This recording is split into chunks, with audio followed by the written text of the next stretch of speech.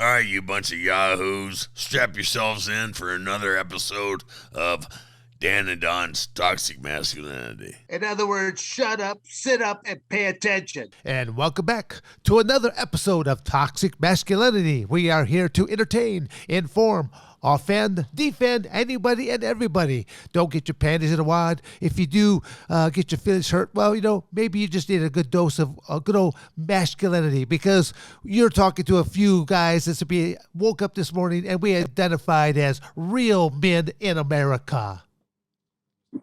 Oh, okay. Well, we're rolling here right now. I just know that we're going to be joined. Today's guest, I know I'm flying solo here right now, but I hear that my cohort might be close by, Don Fry. But we are joined today by a man that I've known for quite a few years, Skip Hall. I'll just say he's known as Skip Hall, but Skip Hall has worn many hats over many, many years. And how we met in the first place was almost kind of comical.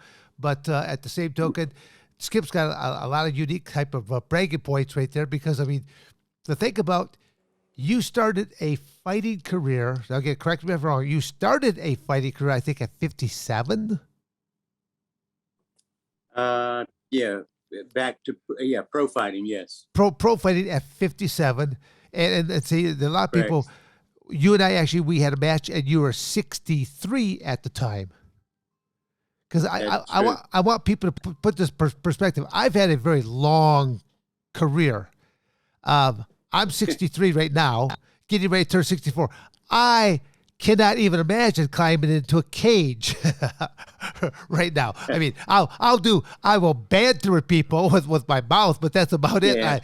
Climbing into a cage, again, during that time frame, that was during the no holds barred era.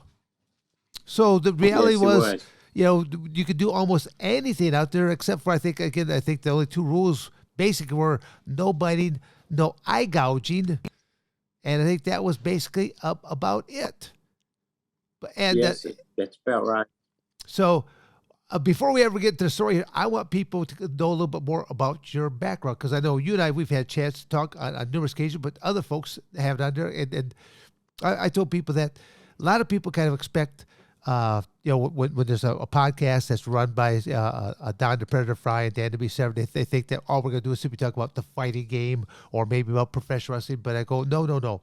I said, we're like a variety show. There's a variety of things that I like being involved with. I still love, the first thing I still love teaching is the sport of amateur wrestling. So I said, we'll have different amateur wrestlers, but then also people that you might have been in a sport, but then you really made more of a claim to fame in other industries. You might have been a very successful business person, or you might have just be a successful coach or something else. To me, it's like going, I just want people to realize we're not just going to be that one-trick pony. And again, if people are listening and they think they might have a good guest for us, please send us an email, get in contact. Let's go back a little bit in time right now, because I want people to realize where did you grow up, and what kind of things were you involved in? Well, I grew up in Birmingham, Alabama, but I traveled a little bit of everywhere. As a fighter and not. I had a pretty successful career in the it was called data processing then, not IT as we do today. And I was real fortunate. I started IT in 1969, and I was in it until I retired, which was last May. And the stories that you could tell these young people now, because again, computers at that time compared to what you got this little laptop. I mean, not just a laptop. You've got this cell phone now that is a computer and everything else to it. I mean, you've seen an evolution, and you being inside that industry, you saw all this stuff coming as well, because you're in that tech field. Yeah. I was in real lucky in the Army. I went to school. Actually, when I joined the Army, I was in Washington State with my uncle, who was in the Air Force Base. And I tried to get in the Air Force, but it was during the Vietnam era. And they had a 180-day waiting list on that. Well, my mom said, "Hey, you got your draft notice." She called me, told me that, so I had to get in something pretty quick. So I went to the Army, and they handed me a book and said, "What do you want to do?" Well, my dad had been in radio and all as a radio operator in the bomber during the World War II. So I said, I'll stick to electronic stuff. I've been doing that, personally at home, with my stereo and stuff. But, of course, my mom always said, "You're going to get electrocuted, Skip." Well, I wasn't even working in that part of it. But that's how I got in. I picked a fixed cipher repair. That's what I was in. And it was crypto as we know it today. And I mean, okay, so I went to school that was that what you say? What was it called back then? Fixed cipher repair. Okay, It was now there were notice three crypto. of those machines. Yeah, there were three of those machines in the world, and it's top secret. It had waiter and clearance and all of that. It was in Fort Monmouth, New Jersey, and it's not even there today. Like a lot of things we look for, it's already gone. They took it down, but so that's what I did. I went there and went to school there. And when I got through the school, they said, "Well, we've only got three of these in the world, and what else you want to do?" And I said, I don't care. So I did everything from clerking to walking security, and it's pretty interesting. We went to South Korea. Spent a bit of time there, and some other places that I really can't say a lot about. So, Okay, but they only had three of those machines in the world, and one of them was flying on Air Force One, and the other two, one was in the Pentagon, and I don't know where the third one was at the time. But that's kind of the background. I tell you how I picked that school, Dan. I looked at, Vietnam was going on, and looked at what was the longest school that they had time-wise. I could stay in school as long, because I thought that thing would be over pretty quick. Well, it wasn't. So anyway, I took that school, and that's how I picked fixed ciphers. I've been in electronics a little bit, but not much. Played in a band growing up, but still play around with that some.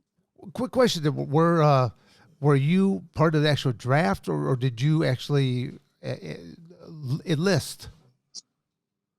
Yeah, I actually enlisted up Okay, because the draft notes had been. I had two choices.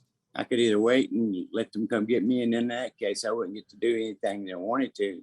So I joined, and I picked this long school, and it was one more year. okay. Time that you committed. Okay, well, let's. I want to fast forward. We're going to kind of bounce back and forth in time right now. When you see, or when you see a lot of these graduating high school seniors, can you even? Again, I don't know how much interaction you have with high schools, or see what a senior class kind of looks like, but can you even imagine having high school seniors graduating, going into the military, and actually try to protect the United States? Well, actually, I think it was a younger group when I was in than it is today. A lot of people had, your choice was you either go to jail sometimes or you go to the Army, and a lot of them went to join the Army.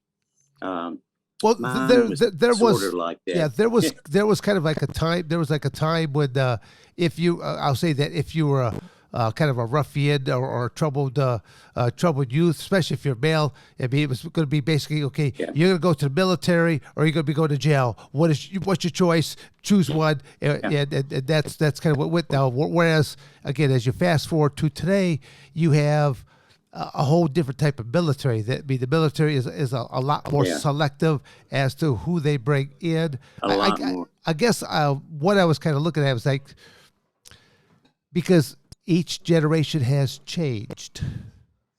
I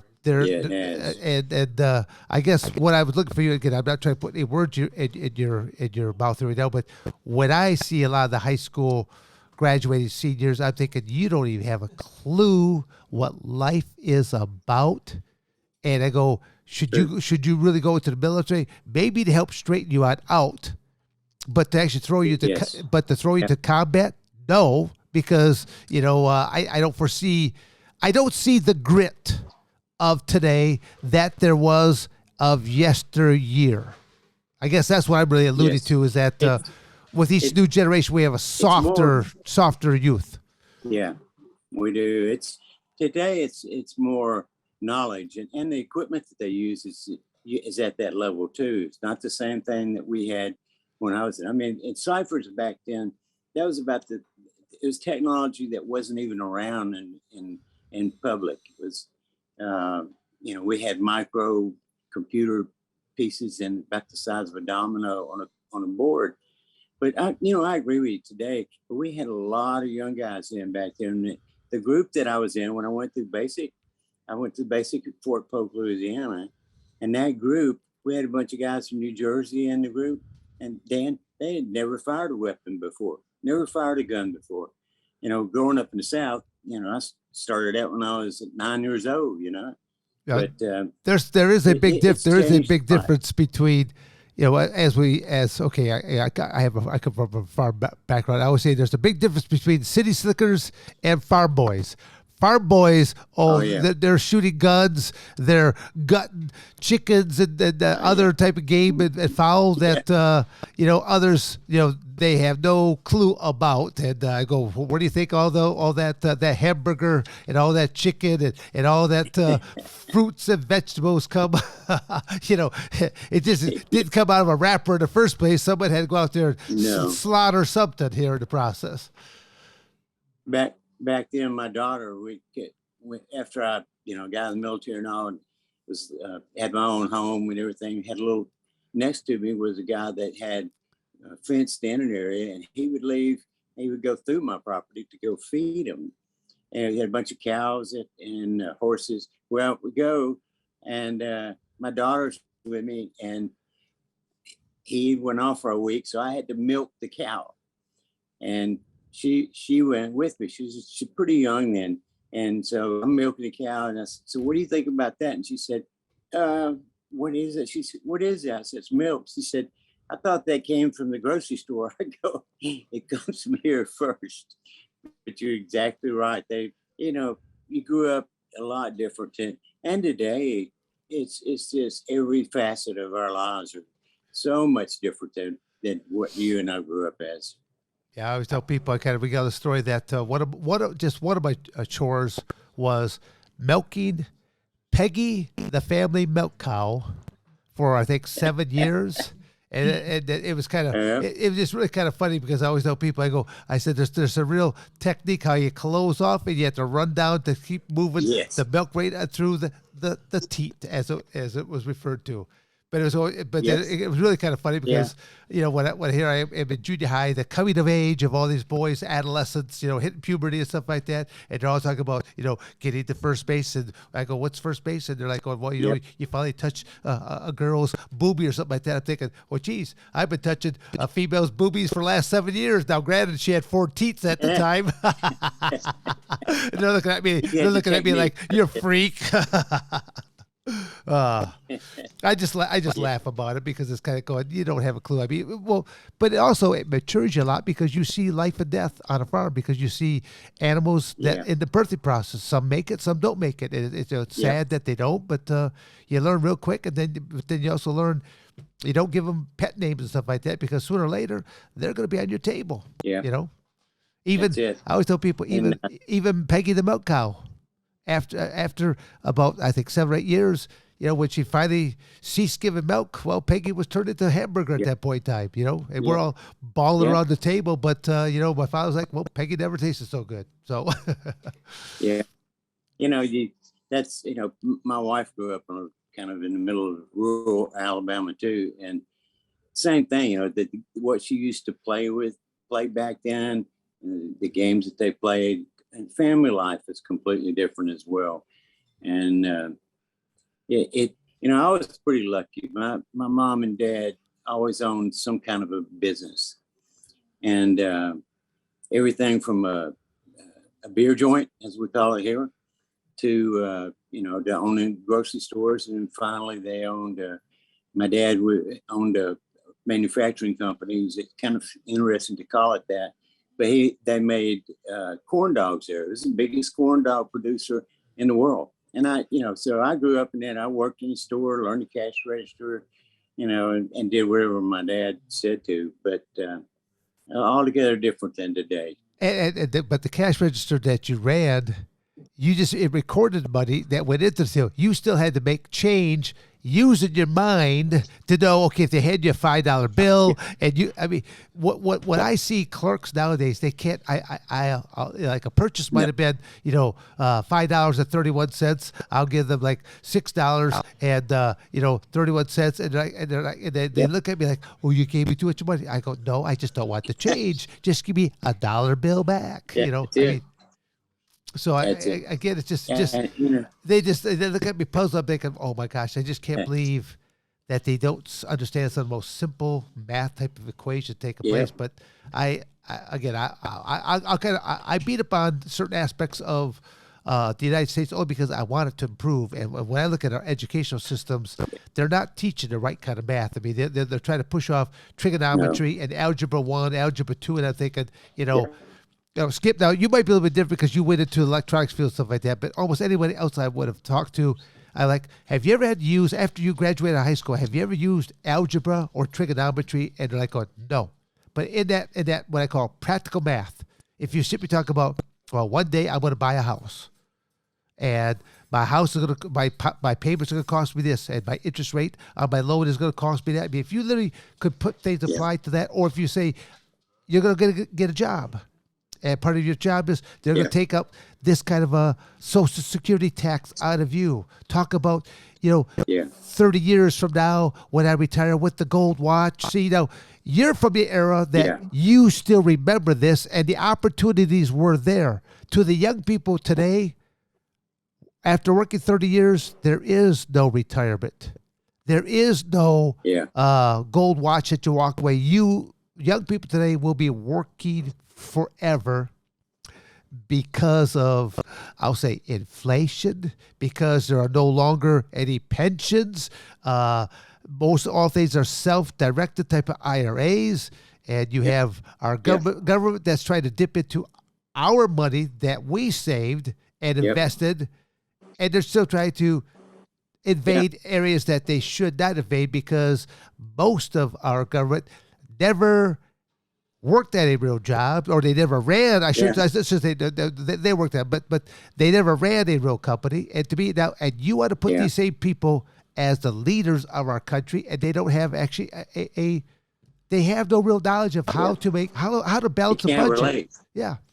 Again, that's where I always tell people that it's not that I'm trying to just beat up on them. As Skip, you know me forever. I always tell people, I'm going to grab you by the scruff of the neck, and I'm going to rub your face into the cow pie of reality. Doesn't smell or taste all that good, but the thing is, it's the reality of it, and that's what I want. I want people to wake up and to say, this is your country. Make your voice heard, and make your representatives accountable, because the reality is your tax dollars, just like my tax dollars, are paying for their salaries. So thus, they are really our employees, and yet they're looking at us as subservience of them. I'm thinking, oh no, there really does need to be a big correction in our country. But it's kind of going. I'm kind of going off into a tangent right now. Let me kind of reel it back on in here. Okay. Did you but you grew up, you had these responsibilities, and again, you hunting and things of nature, using guns at a very young age, and it was probably your father that brought you out to kind of show you what to do in the first place, just so that you weren't going to, end up shooting yourself in the process. He, I was pretty much, except for the times that I started with him, and after that, we thought nothing of myself and my friends going hunting, just the two of us, and he did that forever, camping out as well. That all that was there. How I got into fighting is so goes right along with that. We had a delicatessen, one part of Birmingham, and then the boys' club. It wasn't even close to our home, so when I go to the store, as I called it, from our home, I had to have something to do. So there was a boys' club in Birmingham, and the kids back then with a bike or walked. In this case, I was walking because I didn't have a bike there. What age? What age? Started Skip. What age would you have been at this time frame? It was 12, 13. Okay, all right. And I stayed a member there for years. Actually, became a counselor for them. In their summer camps. But I had to walk through from the boys' club back to our store. I had to walk through the projects. And first few times I went through there, they were checking me out. But then after about the second or third time, a guy come down, much older than me, much bigger than me, and just beat the crap out of him. I mean, truly did. And so when I got home and I came back to the boys' club a couple of days later, there was a guy there, he's passed away now. There was a guy there that was in charge of that. And he said, if you don't learn to fight, he said, you're probably not going to live to see 16 years old. And wow. That was true. So I started boxing at the boys' club.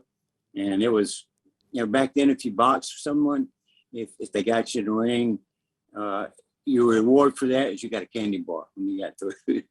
So you try to find somebody that wasn't going to kill you, and both you two kind of work out a deal. Said, don't hit me too hard. I won't hit you too hard.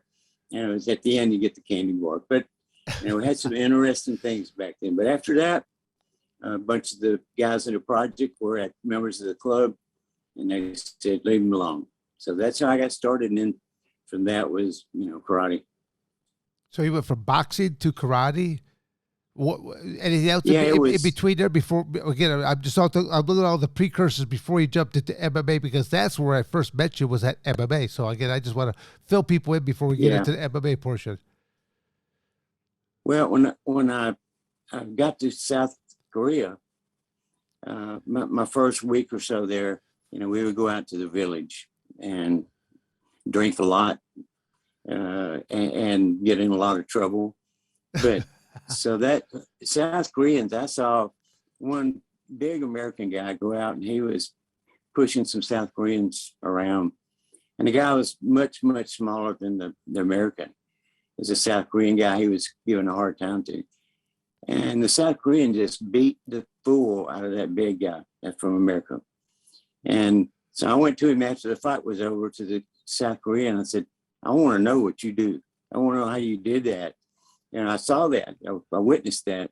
And I don't have any clue what you were doing. And about the same thing when later on when I started MMA, jiu-jitsu. But anyway, that's how I got started. So I took Taekwondo and Hapkido. I started that from South Korea. And that's how I got started. And, all the way up. And from there, I went to, I owned a school,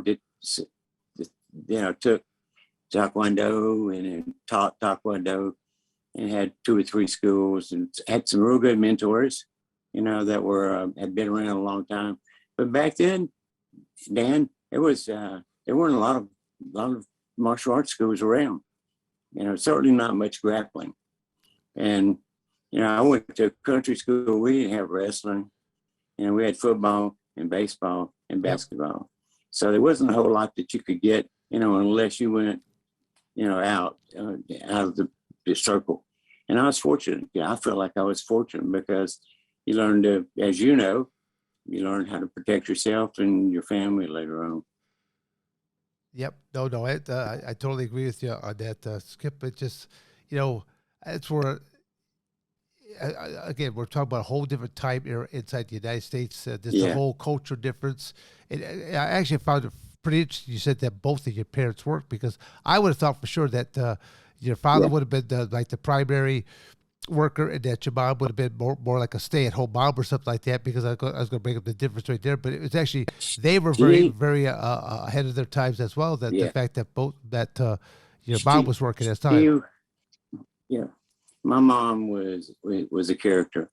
I got a few stories that are just epitomizes what that is. That same store that I used to walk to, that we owned, that back then you had to get a beer license, to be able to sell beer, you had to have a spotless record. And my dad had been a cop, so we didn't have any record like that. But you had to go to City Hall and and go through the rigmarole back then and take the beer license. Down on the same block that we had a store, there was a truly a beer joint there. So, and they kept giving Dad a hard time about at City Hall about getting a beer license. My mom got in a cab and she went down to City Hall. She come back in a police car with the license. Did your father did your father escort your mother back? Yeah, she was a terror. And we had a beer joint, as we called it back then. And Dad he always worked in the grocery business and stuff like that. Back then in the Curtis Candy Company, makers of Baby Ruth and Butterfinger, and he had a route and did that and worked with Associated Grocers. But Mom always worked in the stores, and even later on in a restaurant. But I'll tell you one quick story. When we had the quote beer joint, which me as a first grader, I got education back in the back of that store. And by a guy that was just helped us around. I mean, that's really how I started. But I seen my mom chase grown men out there with a butcher knife. You did not want to fool with her. She smoked, which back then was pretty unusual. Whoa, again, yes, for a lady to do that, you betcha. Yeah. Yeah, absolutely. And she was a character. She never learned to drive. And the reason for that is kind of a sad one. Her mom and dad were both killed in a car accident on Christmas Day. Oh, wow. So she just wouldn't have no part of it. There was, somebody always took her around. So that's, that was you're right. Family life back then was altogether different. So was when we got in trouble back then. That was different too. Nothing like today. I mean, the things I did back then today wouldn't even be on the okay, well, on the chart. Because if you got in trouble back then, if you're in school and if you got in trouble, what would have happened to you, or what did happen to you? Well, often, unfortunately, our principal in high school, I'll just use this as an example. He had a 2x4 with hose drilled in the end of it, and that's what he would use to give you licks if you got in trouble. Okay. And I got, usually it was always 3, but one time, actually I think the last time that I got in trouble in school, it's a long story, but when I went in to have my licks, after 3, I just stood up, got bent up over again. He smiled at me and said, So he gave me 2 more licks, 5 licks, and my fanny was black and blue then. And I had a football game that night, and I caught a little bit of playing on the receiving team, and that's the only touchdown I think I ever scored, because they kicked off, and I got the ball and took off, and I didn't want anybody to hit me because my butt was sore. So all the way. Well, that's one of the things again that is now gone from our school systems. What was known as corporal punishment. Yeah. Again, whether it be licks or a lot of times it was a paddling that you'd receive, whether you received it in the classroom right then and there, or you were sent to the principal's office and the principal would take care of that. I mean, fast forward to today. You have students that will look at you and they'll be like, if you touch me, my parents will sue. I'm thinking, Oh yeah. I hate to say it, but you little shit. If your parents would have did the right thing in the first place, see, a lot of parents Yeah. do not parent, and they send them to Yeah. school hoping that the teachers will parent you. No, you are their child. You were the one that was supposed to be. If anything, if you get in trouble at school, again, back in my era, if you would have got in trouble at school, you first got your swats by the principal. When you got back home, you got some additional swats from your mom or your dad because you got in trouble at school. Yeah. My mom, she would send me outside to get a switch when I get in trouble. And so you go down, you pull a limb off and take it in, and she'd spank you with it. Yes. Well, I caught on to that pretty quick. So I started kind of breaking them, but putting them back together, sort of, so it wouldn't hurt as bad. She would send me out 2 and 3 and 4 times to get another switch.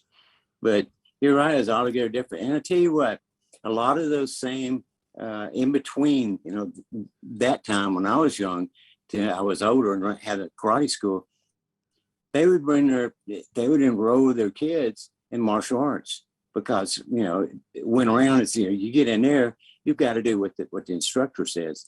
And so a lot of them would bring them to you. And, we became a babysitter of sort. And some of those kids grew up, right there with us. And that's pretty fortunate. That's one of the good things for sport. I totally agree. Even now, if you fast forward to today, because kids are not being parented properly, they're not learning what they should be learning at home and acting up. They're not learning anything at school and acting up. The martial arts arena is literally the last frontier where true character traits are taught. They're taught respect. They're taught honor. They're attuned to making eye contact with you. They're attuned to shake hands. They're attuned to say yes, sir, yes, ma'am. To speak directly to you, and that's one of the things that I do like about the martial arts, irregardless of the martial art that is being taught. Because obviously, I think that certain things are better than others, but at the same token, but the sheer fact that is that frontier, I'm all for it, just for the fact that makes them responsible, intelligent, well-mannered citizens. Bottom line, we need more of that. I tell you what I would tell parents that come in that wanted to enroll their youngster is, I would tell them, they would say, black belt at 11 years old, what can they really do? And I go, what that really means is that young person did something to the end. They accomplished something. They went from a white belt to a black belt, and they actually finished something they started. And that was the message that, that a lot of them went away with. And they couldn't do that in anything else at 9, 10, 11, 12 years old. So you taught them at a young age, the value of that, finishing something you started. Yep. I always thought that there should be like a 2-tier system. There should be this youth program of these color belts. And then as you hit to a certain different age bracket, there should be another tier system, because you did not start at 5 years of age. You start now at 25 years of age. So there should be a different tier type of thing to where you're still a white belt, but there should be just a little bit different type of tier, because I do see it there where you might be 25 and you're staying right next to this 5-year-old. I'm going, ooh, they are worlds apart. I mean, Skip, you know me for a number of years. Oh, yeah. I love teaching the sport of amateur wrestling. I simply know that if I have a 5-year-old and then I have this 16-year-old, they're worlds apart for how long they're going to really listen to me. And I could teach a lot more basic fundamentals to the youth, where I'm assuming that this other student that is in high school now, he probably has a few more years underneath him. He should have a basic foundation, and now I could actually lay a few more layers on top of that. Different question for you. I don't know this, because as I'm sitting there, I'm thinking siblings. Do you have any siblings? I do. I have one brother that lives about 10 miles from me now. He's a preacher. And I have another brother and sister. I was the oldest, So I got in trouble first and cleared the path for him. Well, yeah, then, I can say people don't the understand. brother See, I was son number 2, second born, and I go see. I saw the heat that my older brother took. Going, well, I'm learning from his his experiences. So I understand you being the oldest and me coming right back after you. I understand that one. Yes. And we fought a lot. The ages difference between me and the youngest brother, it was 2, 4, 6, 8. That was we were 2 years apart, all of us. Uh-huh. And so I got to fight with my younger brother, the one below me, and my sister back then. She was kind of on the path of my mom. She was also pretty independent, but my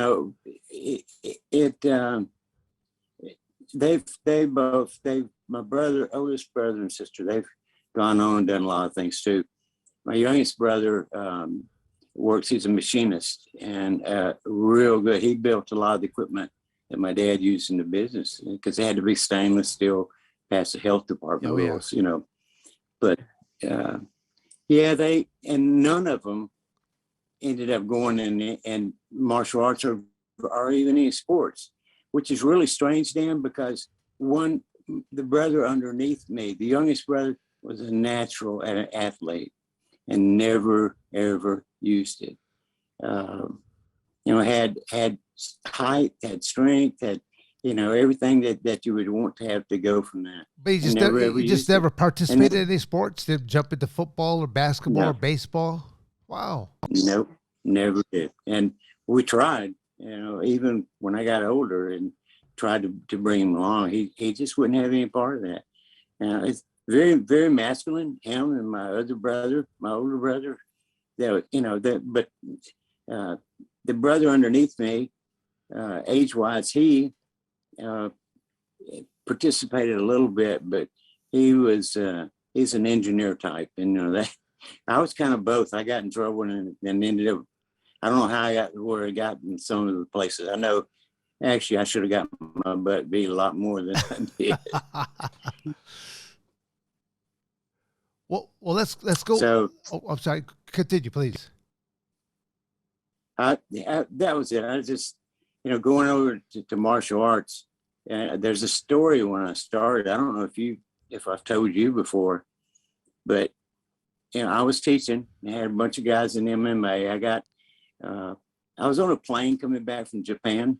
I was working for General Motors Overseas Corporation in IT, or DP. And the guy that was sitting on the seat next to me was Carson Gracie. And so I'm looking at a martial arts magazine, and he says, "You do martial arts?" And I go, "Yeah." And I said, "What do you do?" Because then nobody knew it yet. They were still in Brazil. And he says, we do different kind of martial arts. So I had a job back then. I went to Sao Paulo. I had Europe, Australia, Puerto Rico, and South America. That was my geography for General Motors Overseas Office for all their computer stuff. And so I said, I'm going to, where you from? He said, Brazil, Sao Paulo.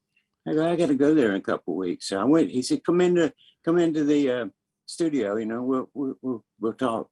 Well, I went in and carried my my gi with me and everything, and it was just him and I in there. We talked for a little bit. And he said, you want to spar something? I said, sure. Well, in a period of 30 minutes, he beat me at least 6 different ways, and I'd never seen before. Because all the stuff that we did was stand up. We didn't do any ground. If you got on the ground, you were whooped. And so that's how I met him. And then several years later, they come to, ended up coming to the States, as you know, and with MMA. And yep. That's it. Actually, I had a guy that worked for me, and he called me. He was one of my students too, and he called me one day, and he said, "MMA."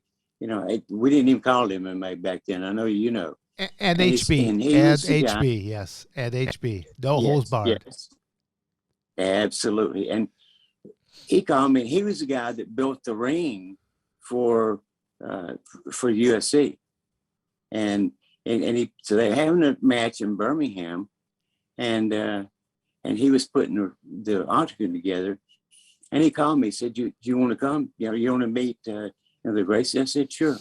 So I went, and I as a guest then, and that's how I eventually got to USA. But there's a story before that. I have to tell you this one. I've been teaching for 10 or 12 years, and you're right, I was over 50. And one of my students had a fight in New Orleans. So we went down there, and we're coming back, and my son, and he leans over the back seat and he says, "Mom, why don't you let Pop fight?" And she said, I'm not going to hold him back, although she was, okay? But so I was over 50. She thought, she said, told my son, she said, "Okay, well, I'll let him fight, sure." Well, she only said that because she thought at my age, no one would put me in the cage. So she was wrong. 2 days later, I got a call after I told everybody I was going to fight. And the rest and I got, like you got 100 million stories about that. But when I started, I would tell you what, she put a note on the refrigerator, and this is the next day. Okay, so you say that Sally did this? Yeah, she did. Okay. So the next day I get up and I go in the kitchen, and there's a note on the refrigerator. And I don't know about you and the rest of the people, but if you go in, and your wife has written you a note, you either didn't do something or you screwed up something, right? You're in trouble. But she wrote something. Oh, yeah. But the note she put was, "Do you do what you do because of who you are, because of who you want to be?" And I go, interesting. I started real quick. Yeah, I'll never forget it. And I started real quick to answer it. But I found that I couldn't, because the answer was yes, period. Well, so that was after I accepted a fight in England. Thank you for watching another episode of Dan and Don's Toxic Masculinity. You better like, subscribe, and share, or I'm going to come to your house.